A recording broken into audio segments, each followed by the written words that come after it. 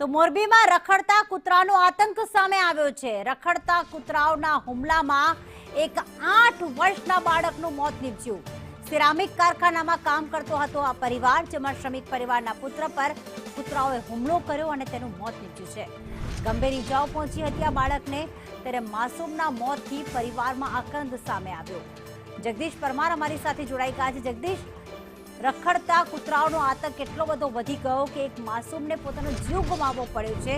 કેટલો ત્રાસ છે, આખી ઘટના કઈ રીતે બની? જે પ્રકારે વાત કરવામાં આવે તો મોરબીના અલગ અલગ વિસ્તારોમાં લગભગ 3 થી 4 દિવસની અંદર 20 થી વધુ લોકોને કૂતરાએ બચકા ભર્યા હોવાના બનાવ સામે આવ્યો છે, પરંતુ મનપા તંત્ર દ્વારા હજી સુધી કોઈ કામગીરી કરવામાં નથી આવી। જે પ્રકારે વાત કરવામાં આવે તો મોરબીના જેતપર રોડ પર આવેલું એક સિરામિકની ફેક્ટરી છે। આ સિરામિક ફેક્ટરીમાં શ્રમિકનું બાળક છે કુણાલ કૃપાલ માલવિયા, તેનો 8 વર્ષનું આ બાળક છે અને આ 8 વર્ષના બાળક પર શ્વાને હુમલો કર્યો હતો અને આ શ્વાનના હુમલામાં આ બાળકનું મોત નીપજ્યું છે। આ અરેરાટી ભરી ઘટના બાદ પણ તંત્ર જાગ્યું નથી ને જે પ્રકારે એક બાદ એક શ્વાન દ્વારા બચકા ભરવાના હુમલાઓ સામે આવી રહ્યા છે, ત્યારે મનપા તંત્ર ક્યારે જાગશે અને ક્યારે રખડતા શ્વાનો પકડવામાં આવશે અને આગળ શું કાર્યવાહી કરવામાં આવશે તે બાબતે પણ હજી સુધી મનપા દ્વારા કંઈ સ્પષ્ટ ઉલ્લેખ કરવામાં નથી આવ્યો, જેને લઈ હાલ તો એક બાળકનું મોત નીપજ્યું છે તેને લઈ અરેરાટી વ્યાપી ગઈ છે। પ્રીતિ, આભાર જગદીશ તમામ વિગતો માટે।